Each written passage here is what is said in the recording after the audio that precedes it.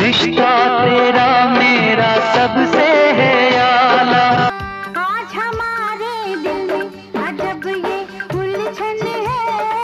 आज हम बात करेंगे हिंदी फिल्म इंडस्ट्री में आइकॉनिक माँ के कैरेक्टर निभाने वाली एक ऐसी एक्ट्रेस की जिन्होंने मॉडर्न एरा में माँ के किरदार को सिनेमा में एकदम अलग और शानदार अंदाज में जिया। शख्सियत ऐसी कि इन्हें देखकर हर किसी के दिल में यही ख्याल आता कि काश ये मेरी माँ होती। ये मात्र 30 साल की थी जब इन्होंने बॉलीवुड फिल्मों में माँ का किरदार निभाना शुरू कर दिया था। दोस्तों, हम बात कर रहे हैं मराठी और बॉलीवुड के मशहूर एक्ट्रेस लेट रीमा लागू जी के बारे में। रीमा लागू के फिल्मी सफर और उनकी निजी जिंदगी से जुड़ी वो बातें हम आपको बताने वाले हैं जो आपने शायद ही कहीं सुनी होंगी। 21 जून 1958 को रीमा लागू का जन्म मुंबई में हुआ था। चूंकि रीमा लागू की मां मंदाकिनी भट्ट थिएटर और मराठी सिनेमा की एक बड़ी एक्ट्रेस थी, तो जाहिर सी बात है वो फिल्मी माहौल में पली बढ़ी। इसी वजह से बचपन से ही उन्हें एक्टिंग की तरफ झुकाव होने लगा था। माता पिता ने इनका नाम रखा था नयन भरभड़े। नयन महज 6 साल की थी जब इन्होंने मास्टर जी नाम की फिल्म में पहली बार कैमरा फेस किया था। मराठी भाषा फिल्म में नयन भरभड़े बतौर चाइल्ड आर्टिस्ट नजर आई थी और नयन ने काफी बढ़िया काम भी किया था। बाद में कुछ और फिल्मों में नयन ने एज अ चाइल्ड आर्टिस्ट काम किया था। इत्तेफाक से सभी फिल्में मराठी भाषा की ही फिल्में थी। एक्टिंग के साथ साथ ये पढ़ाई में भी बहुत होशियार थी। बतौर चाइल्ड आर्टिस्ट कुछ मराठी फिल्मों में काम करने के बाद नयन ने कुछ सालों के लिए फिल्मों से ब्रेक लिया और अपना पूरा ध्यान पढ़ाई पर लगाया। हालांकि इस दौरान नयन ने थिएटर करना नहीं छोड़ा था। एमए की डिग्री हासिल करने के बाद नयन ने यूनियन बैंक में मुंबई के एक ब्रांच में नौकरी करना शुरू कर दिया। नौकरी के साथ साथ नयन ने थिएटर करना भी जारी रखा। इस बैंक में नयन के एक कलीग थे विवेक लागू। नयन की तरह विवेक भी थिएटर में बहुत इंटरेस्ट रखते थे। इस बैंक में जॉब करने के दौरान ही इन दोनों ने एक दूसरे को पसंद कर लिया और फिर साथ में थिएटर करने लगे। 1976 में इनकी मुलाकात हुई और 78 आते आते इन दोनों ने एक दूसरे से शादी कर ली। इस शादी के बाद नयन ने अपना नाम बदल कर रख लिया रीमा लागू। शादी के बाद जहां रीमा लागू ने अपने कदम हिंदी सिनेमा की तरफ बढ़ा दिया, तो वहीं विवेक लागू मराठी सिनेमा तक ही सीमित रहे। बॉलीवुड में सफलता मिलने के रीमा लागू की कहानी भी काफी रोचक है। दरअसल एक बार पृथ्वी थिएटर में वो माय फेयर लेडी पर आधारित एक प्ले में काम कर रही थी। तभी उन पर शशि कपूर जी की नजर पड़ी जो खुद पृथ्वी कैफे के ऑनर थे। शशि कपूर को इनके एक्टिंग करने का अंदाज बहुत पसंद आया। उन्होंने दोस्त श्याम बेनेगल से कहकर फिल्म कलयुग में रीमा को किरण का किरदार दिलाया और यही वो समय था जब गोविंद निहलानी ने भी रीमा लागू को इस प्ले में देखा था और उन्होंने रीमा लागू को अपनी फिल्म आक्रोश में मौका दिया। इस फिल्म में उनका किरदार एक नौटंकी डांसर का था। साथ ही इन्होंने इस फिल्म में लावणी पर परफॉर्म किया था जो गाना बेहद खूबसूरत है।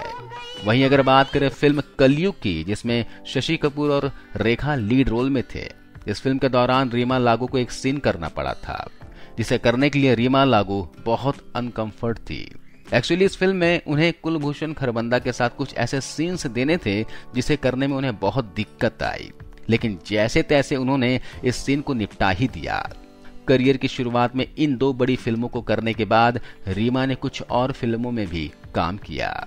इसी दौरान रीमा लागू कुछ और फिल्मों में भी नजर आए, लेकिन जिस पहचान की उन्हें तलाश थी उन्हें अभी तक नहीं मिली थी। साल 1988 में आमिर खान डेब्यू करने जा रहे थे। इस फिल्म में उनके अपोजिट एक्ट्रेस थी जूही चावला।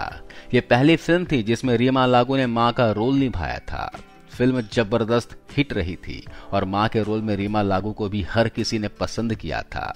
लेकिन रीमा लागू का कहना था कि इस फिल्म में उनके किरदार के साथ वो न्याय नहीं किया गया जो उसे मिलना चाहिए था। साथ ही उनके किरदार को काफी ज्यादा काट भी दिया गया था। उन्होंने एक इंटरव्यू में कहा था कि उन्होंने कई सीन्स शूट किए थे लेकिन फिल्म में वो नजर आए ही नहीं। रीमा लागू को फील हुआ कि उन्हें चीट किया गया है और यही कारण था कि तब उन्होंने सोच लिया कि अब वो बॉलीवुड फिल्मों में काम ही नहीं करेंगी और वो फिर से मराठी सिनेमा की तरफ चली जाएंगी और थिएटर करेंगी, और उन्होंने ऐसा किया भी। लेकिन इस दौरान रीमा लागू को एक ऐसी फिल्म ऑफर हुई जिसने वापस रीमा लागू को बॉलीवुड में खींच लिया। इस फिल्म में Salman Khan as a hero Bollywood में एंट्री कर रहे थे और इस फिल्म में सलमान खान के कैरेक्टर प्रेम की मां का किरदार निभाया था रीमा लागू ने और यह फिल्म थी मैंने प्यार किया। यह फिल्म बॉक्स ऑफिस पर सुपर डुपर हिट साबित हुई। रीमा लागू ने एक बार फिर से मां का रोल बहुत शानदार तरीके से निभाया था। इस फिल्म को करके रीमा बहुत खुश थी। मैंने प्यार किया से बॉलीवुड पर रीमा लागू का भरोसा फिर से लौट आया। आपको जानकर हैरानी होगी कि इस फिल्म में सलमान खान की मां का कैरेक्टर निभाने वाली रीमा लागू असल जिंदगी में उनसे महज 7 साल ही बड़ी थी। फिल्म साजन में रीमा लागू ने संजय दत्त की मां का रोल निभाया था, जबकि असल जिंदगी में रीमा लागू संजय दत्त से महज 1 साल ही बड़ी थी। 1993 में रीमा लागू ने गुमराह फिल्म में काम किया था और इस फिल्म में उन्होंने श्रीदेवी की मां का रोल निभाया था, जबकि श्रीदेवी खुद रीमा लागू से उम्र में 4 साल बड़ी हैं। रीमा लागू ने अपने कैरेक्टर में इस कदर ढल जाती थी कि पता ही नहीं चलता था कि वो इतनी यंग हैं। उन्होंने अपने करियर और अपने रोल्स को इतना मैच्योरिटी से निभाया है। उनके इन किरदारों से एक आर्टिस्ट की सिंसियरिटी ही झलकती है। वैसे रीमा लागू ने सिर्फ पॉजिटिव ही नहीं कुछ अलग तरह के किरदार भी निभाए। फिल्म रिहाई, नाजायज और पुलिस पब्लिक में इन फिल्मों में उन्होंने आदर्श मां और आदर्श बहू से हटकर कुछ चैलेंजिंग रोल्स निभाए। ये फिल्में भी इनके करियर की नोटेबल फिल्में हैं। इसके बाद इन्होंने वो फिल्म की जिसने इनके करियर को टॉप पर ले गया और वो फिल्म थी हम आपके हैं कौन। इस फिल्म में काम करने के बाद रीमा लागू एक तरह से अमर ही हो गई थी। ये फिल्म बहुत बड़ी हिट साबित हुई थी और रीमा लागू भारत के घर घर में एक आदर्श मां के तौर पर देखी जाने लगी थी। फिल्म वास्तव में रीमा लागू एक बार फिर से संजय दत्त की मां के रोल में दिखी, लेकिन इस बार उनका मां का रोल बेहद चैलेंजिंग था। वो एक ऐसी मां थी जो गलत राह पर निकल चुके अपने बेटे को खुद ही गोली मारकर खत्म कर देती हैं। रीमा लागू ने इस रोल को भी बड़ी खूबसूरती के साथ निभाया था। फिल्मों के अलावा रीमा लागू ने कुछ पॉपुलर टीवी शोज में भी काम किया था। इनका पहला टीवी शो था साल 1985 में ब्रॉडकास्ट हुआ खानदान, लेकिन इन्हें लोकप्रियता मिली साल 1994 में प्रसारित हुए श्रीमान श्रीमती नाम के शो से और इनकी लोकप्रियता में 4 चांद लगा दिए। इसी साल प्रसारित हुए एक और टीवी शो ने जिसका नाम था तू तू मैं। 90 के दशक के लोगों को आज भी रीमा लागू के ये दोनों शो अच्छी तरह से याद होगा। रीमा लागू के निजी जीवन की बात करें तो विवेक लागू से शादी करने के 10 साल के बाद यानी कि साल 1988 को रीमा के घर बेटी का जन्म हुआ, जिसका नाम रखा गया मुरुनमयी। बेटी के जन्म के कुछ ही सालों के बाद रीमा लागू और उनके पति विवेक लागू के बीच अनबन रहने लगी। दूरियां जब ज्यादा बढ़ गई तो दोनों ने अलग होने का फैसला कर लिया। कोर्ट ने बेटी की जिम्मेदारी रीमा लागू को दी। बेटी लिए रीमा लागू ने कभी दूसरी शादी नहीं की, न ही उनके पति रहे विवेक लागू ने उनके बाद किसी दूसरी औरत का हाथ थामने की कोशिश की। साल 2014 में रीमा लागू काफी वक्त के बाद एक बार फिर से अपने एक्स हस्बैंड विवेक लागू के साथ एक प्ले में एक्टिंग करती दिखी। उस प्ले का नाम था दूसरा सिलसिला। इस प्ले को देखने के बाद लोगों को लगा कि रीमा लागू और विवेक लागू जल्द ही एक हो जाएंगे, लेकिन ऐसा कभी नहीं हुआ। रीमा लागू की बेटी अब बड़ी हो चुकी है, उनकी शादी भी हो चुकी है। मुरुनमयी कुछ मराठी प्लेज को डायरेक्ट भी कर चुकी हैं, साथ ही कुछ मराठी फिल्मों में एक्टिंग भी कर चुकी हैं। रीमा लागू की इमेज बॉलीवुड में कुछ ऐसी बनी थी कि उन्हें हमेशा अच्छे और शरीफ महिला के रोल ही मिलते थे। हालांकि वो चाहती थी कि उन्हें नेगेटिव रोल्स भी ऑफर हों, लेकिन कोई भी डायरेक्टर या फिर प्रोड्यूसर उन्हें नेगेटिव रोल देना ही नहीं चाहता था। साल 2010 के बाद रीमा लागू ने फिल्मों में काम करना कुछ कम कर दिया था। वो किसी नेगेटिव रोल के तलाश में थी। उनकी एक ख्वाहिश पूरी की महेश भट्ट ने, जो साल 2016 में नामकरण नाम की एक टीवी शो डायरेक्ट करने जा रहे थे। महेश भट्ट ने शो में रीमा लागू को दयावंती मेहता के लिए साइन किया।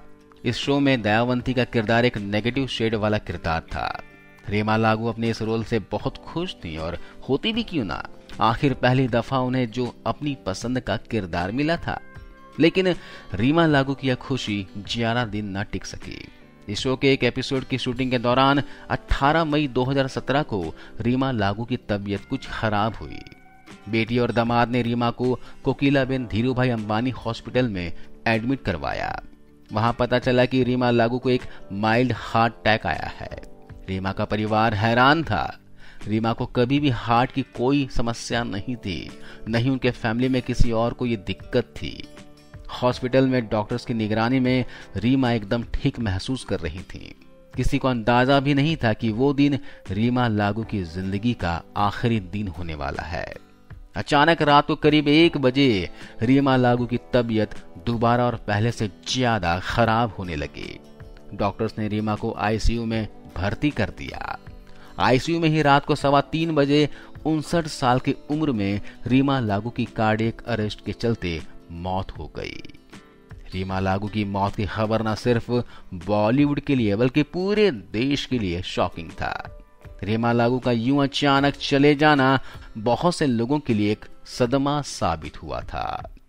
रीमा लागू भले ही आज हमारे बीच नहीं है, लेकिन उनके द्वारा निभाए गए किरदारों के जरिए हमेशा हमारे यादों में बसे रहेंगे।